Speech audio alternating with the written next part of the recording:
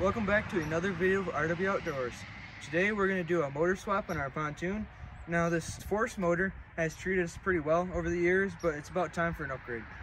We're going to put our new Mercury on that we bought on our project pontoon, and it should work a lot better. We'll start by taking the hood off.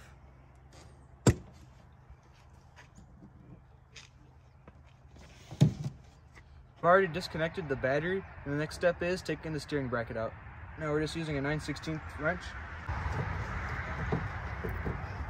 Next I'm going to take this plastic nut off by using adjustable pliers.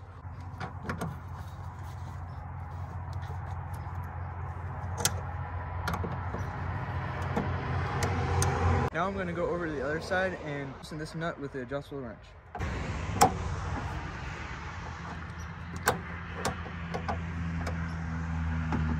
Once you get this hand tightened, you can just unthread it and it'll slide right up.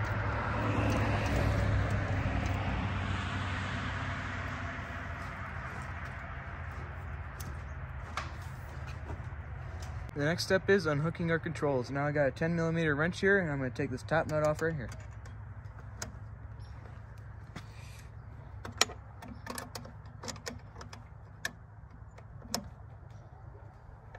Now with that top nut off, I'm going to take the screw off that holds the control cables.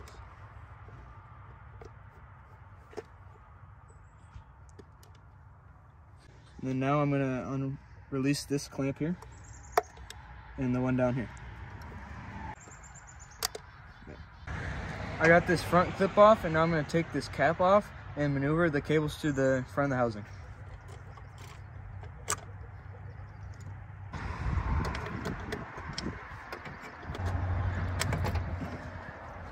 Just to help you guys out, is these cables here are adjusted to this motor, and make sure you don't turn this part so it doesn't get unadjusted. And we put tape on one of these to reference the top cable, so that way we don't lose what one switch. Next we're going to start out at the power side and take the screw out, and it'll open up the housing for the wires, and then we'll unhook them.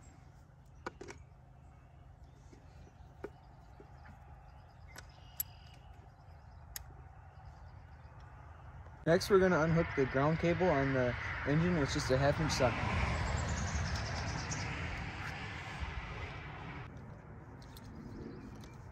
Next, I'm going to use a 1/2-inch wrench to take the power away from the cylinder. Now that we got the positive and negative unhooked, we're going to unhook the main service plug. So I'm going to take this little clamp off here. And then it should just unplug. Should be the last two wires we have to disconnect. We got the seal out of the front, and now we can work the cables one by one out of the motor.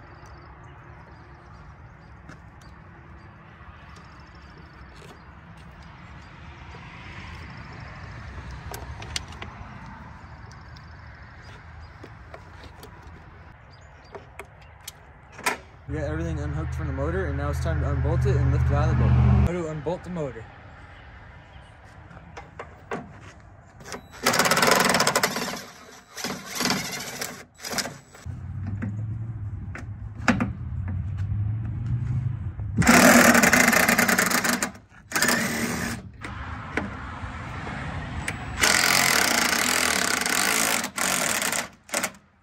Now we're going to use the engine lift to try to safely remove it.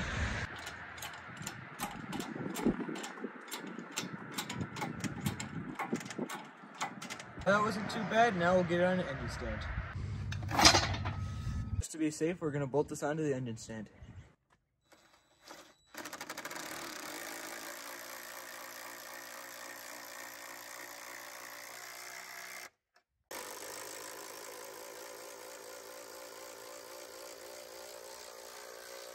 I hope you've learned something from this video.